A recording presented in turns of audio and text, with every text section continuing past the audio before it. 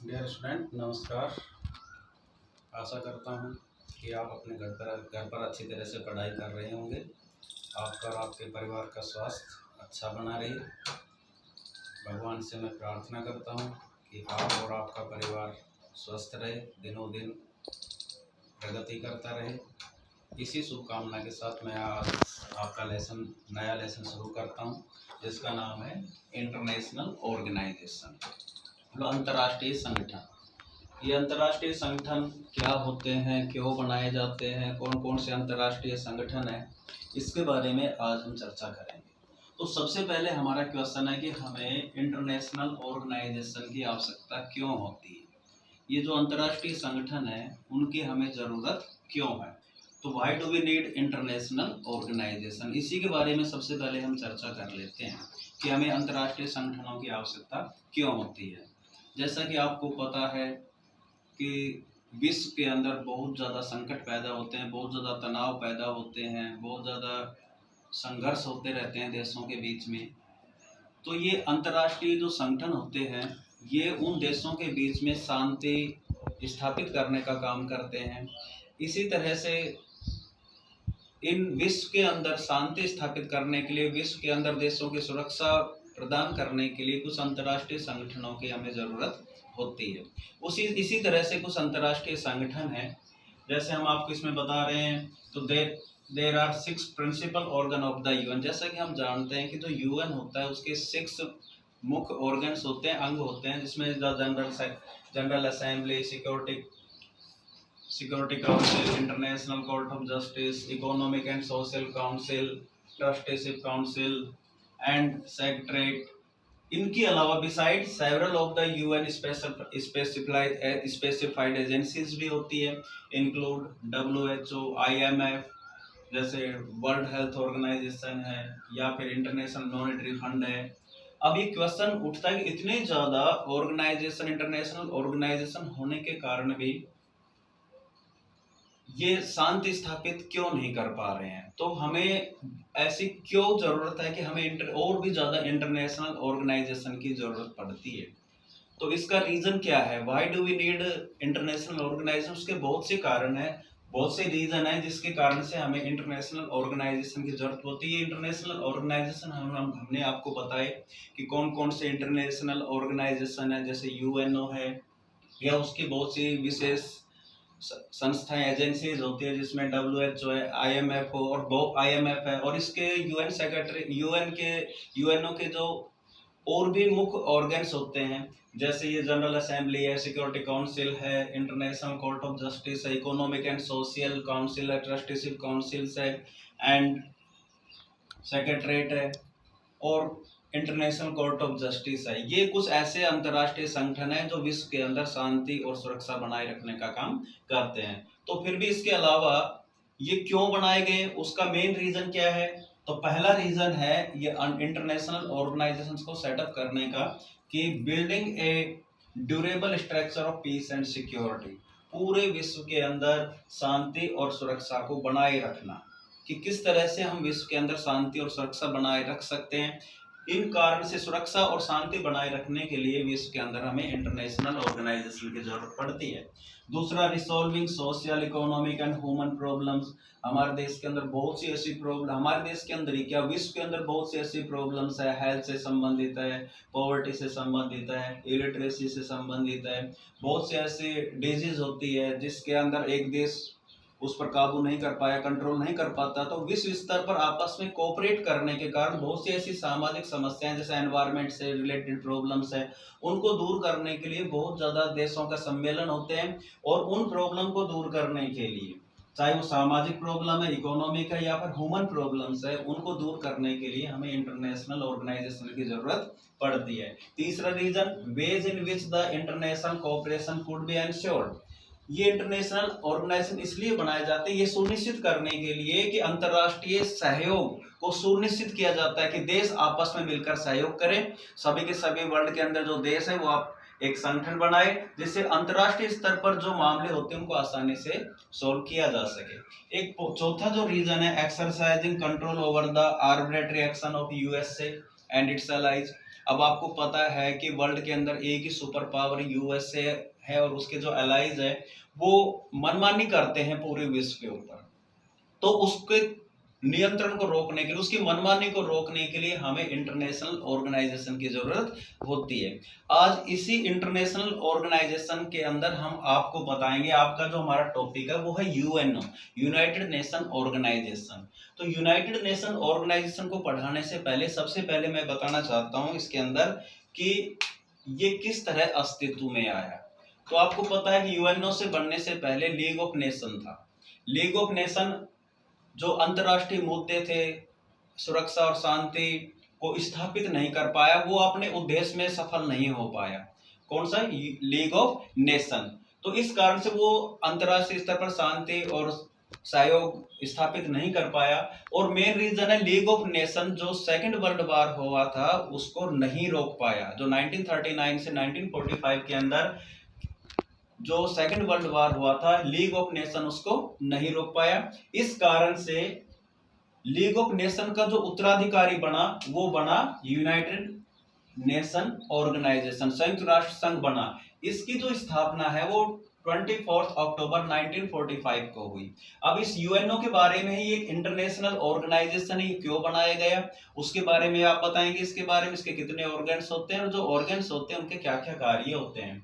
तो यूएनओ कैसे अस्तित्व में आया? लीग ऑफ नेशन जब अच्छी तरह से कार्य नहीं कर पाया तो उसके उत्तराधिकारी के रूप में यूएनओ की स्थापना हुई और उसकी स्थापना 24 अक्टूबर 1945 को हुई। इसके जो संस्थापक जो देश थे उस समय इसके 51 मेंबर्स थे। जब यूनाइटेड नेशन बनाया गया तो उसके सदस्य देश मात्र 51 थे, लेकिन आज 2014 तक हम देखते हैं तो 193 संयुक्त राष्ट्र संघ के सदस्य देश बन चुके हैं। अब आगे इसके बारे में बताएंगे कि जो यूएनओ के जो principles organs of the UN के जो मुख्य अंग है वो कौन कौन से हैं। यूनाइटेड नेशन के बारे में एक इंटरनेशनल ऑर्गेनाइजेशन है, क्यों बनाई गई, इसके कौन कौन से अंग है। तो इसका जो पहला अंग है वो जनरल असेंबली है, इसको हम महासभा बोलते हैं। दूसरा सिक्योरिटी काउंसिल है, सुरक्षा परिषद है। तीसरा इकोनॉमिक एंड सोशल काउंसिल है, आर्थिक एवं सामाजिक परिषद है। चौथा इसका जो ऑर्गन है ट्रस्टीशिप काउंसिल है। और पांचवा इसका इंटरनेशनल कोर्ट ऑफ जस्टिस, ये अंतरराष्ट्रीय न्यायालय है। और छठा इसका सेक्रेटरीट है, सचिवालय है। तो यूएनओ के जो ऑर्गन्स, जो मुख्य ऑर्गन्स है वो ये 6 है। अब इन्हीं के बारे में हम एक एक करके आपको बताएंगे। सबसे पहले हम इसका जनरल असेंबली के बारे में ले लेते हैं। तो कि जनरल असेंबली क्या है। जनरल असेंबली के अंदर आपको बताया जा रहा है जनरल असेंबली की जो मीटिंग है ये क्यों बनाई गई और इसका उद्देश्य क्या है, इसके कितने सदस्य है, ये क्या करती है। तो जो महासभा होती है उसकी वर्ष के अंदर एक मीटिंग होती है। यदि जरूरत पड़े तो हम और भी मीटिंग का आयोजन हम कर सकते हैं, लेकिन जनरल असेंबली की वर्ष के अंदर एक मीटिंग होती है। इसके बारे में बताएं, जितने भी सदस्य देश होते हैं, जो यूएन के सदस्य देश है, जनरल असेंबली के अंदर 5 मेंबर्स अपने प्रतिनिधि को भेज सकते हैं, लेकिन एक देश को केवल एक वोट देने का अधिकार होता है। इसका काम क्या है? विश्व के अंदर शांति और सुरक्षा के मुद्दों पर विचार करना। जनरल असेंबली का काम है विश्व के अंदर शांति और सुरक्षा को सुनिश्चित करना और उस पर विचार करने का जो काम है, जो उद्देश्य है, जो काम है वो जनरल असेंबली का होता है, विश्व के अंदर शांति और सुरक्षा पर विचार करना। और जनरल असेंबली यूएन का बजट प्रस्तावित करती है। बजट का अनुमोदन कौन करती है? जनरल असेंबली करती है। दूसरी जो महत्वपूर्ण जो संस्था है सिक्योरिटी काउंसिल है, कौन सी है? सुरक्षा परिषद। सुरक्षा परिषद के अंदर मैं आपको बताऊं सबसे महत्वपूर्ण जो अंग है सुरक्षा इसका यूएनओ का वो सिक्योरिटी काउंसिल है। इसके अंदर 15 सदस्य होते हैं। इसमें 5 सदस्य स्थायी परमानेंट मेंबर होते हैं और 10 अस्थायी होते हैं। जो 5 परमानेंट जो सदस्य है वो कौन कौन से, जिनको वीटो प्राप्त है, वीटो पावर प्राप्त होती है, उसके अंदर अमेरिका, ब्रिटेन, रूस, फ्रांस और चाइना, ये 5 देशों को वीटो प्राप्त है। और जो 10 अस्थायी देश होते हैं वो हर जनरल असेंबली, हर जो यूएन के सदस्य होते हैं 2 वर्ष के लिए नंबर वाइज, मतलब according to sequence, security council के सदस्य चुने जाते हैं। जो 10 अस्थायी सदस्य होते हैं और 5 इसके अंदर स्थायी। इसका जो मुख्य काम होता है सिक्योरिटी काउंसिल का विश्व के अंदर शांति और सुरक्षा स्थापित करना। यदि किन्हीं देशों के बीच में आपस में लड़ाई झगड़ा युद्ध है तो उसको रोकने का काम, उसमें शांति स्थापित करने का काम सिक्योरिटी काउंसिल का होता है। इसी तरह इकोनॉमिक एंड सोशल काउंसिल होती है। इकोनॉमिक एंड सोशल काउंसिल, इसके अंदर 54 मेंबर्स होते हैं। सिक्योरिटी काउंसिल के अंदर कितने मेंबर्स है? 54। इसका कार्यकाल 3 इयर्स का होता है।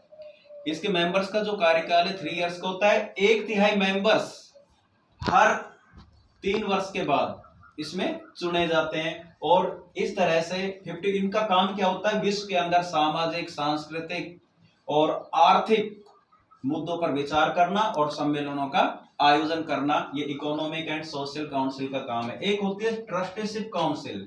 ट्रस्टीशिप काउंसिल वो होते हैं वे देश जो संयुक्त राष्ट्र संघ ने किसी देश के संरक्षण में जिन देशों को दिया हुआ है उसकी सुरक्षा व्यवस्था करने का काम ट्रस्टीशिप का होता है। इसी तरह इंटरनेशनल कोर्ट ऑफ जस्टिस है, ये अंतर्राष्ट्रीय न्यायालय है। अंतर्राष्ट्रीय न्यायालय में क्या होता है? कौन से केस इसके अंदर जाते हैं? यदि 2 देशों के बीच में किसी तरह का जो विवाद है उसको निपटारे का काम संयुक्त राष्ट्र संघ के, चाहे वो सदस्य देश है चाहे वो संयुक्त राष्ट्र के संघ के सदस्य देश नहीं है, सभी अपने मुद्दे इंटरनेशनल कोर्ट ऑफ जस्टिस में ले जा सकते हैं। तो इंटरनेशनल कोर्ट ऑफ जस्टिस के अंदर 15 न्यायाधीश होते हैं। ये 15 न्यायाधीश क्या करते हैं? किसकी अनुशंसा? जनरल असेंबली और सिक्योरिटी काउंसिल की सलाह से ये 15 जजेस इंटरनेशनल कोर्ट ऑफ जस्टिस के अंदर चुने जाते हैं और इनका कार्यकाल 9 वर्ष का होता है। इंटरनेशनल कोर्ट ऑफ जस्टिस का जो कार्यालय है, जो ऑफिस, वो हमारा कौन से देश? हॉलैंड के अंदर, हेग के अंदर इसका इंटरनेशनल कोर्ट ऑफ जस्टिस का कार्यालय वहां पर बनाया गया है। तो इस पर आप ध्यान रखिए। वे 2 देशों के बीच में यदि कोई मुद्दा, कोई विवाद है तो उसको कहां पर सुलझाया जाता है? इंटरनेशनल कोर्ट ऑफ जस्टिस में सुलझाया जाता है। इसी तरह से भारत और पाकिस्तान, जैसे आपको बता रहा हूं, भारत और पाकिस्तान का जो मुद्दा उठा था, अभी जाधव थे जो कि पाकिस्तान की जेल में बंद थे, उसका मामला इंटरनेशनल कोर्ट ऑफ जस्टिस में था। पाकिस्तान देश ने क्या किया? उसको फांसी की सजा दे दी गई, लेकिन भारत उस मुद्दे को इंटरनेशनल कोर्ट ऑफ जस्टिस में ले गया, जहां पर जाधव को न्याय मिला है। अब आगे की कार्रवाई उसके अंदर चल रही है, वो आगे आपको बताएंगे क्या होता है, उसके बारे में हम आपको आगे बताएंगे। एक होता है सेक्रेटरीट, ये सचिवालय होता है। ये संयुक्त राष्ट्र संघ का कार्यालय होता है, मुख्य कार्यालय होता है। और इसका जो मुख्य होता है वो जनरल सेक्रेटरी होता है। इसका जो सेक्रेटरीट का हेड कौन होता है? जनरल सेक्रेटरी होता है। और वो 5 वर्ष के लिए चुना जाता है। कौन चुनते हैं उसको? जनरल असेंबली और सिक्योरिटी जो काउंसिल होती है उसकी सलाह पर 5 वर्ष के लिए ये जनरल जो सेक्रेटरी होता है उसको चुना जाता है। इस तरह से यूएनओ के 6 ऑर्गन्स है। इसके बारे में हम आपको अभी थोड़ा बताया है। इसके क्वेश्चन मैं आपको अभी सेंड करूंगा।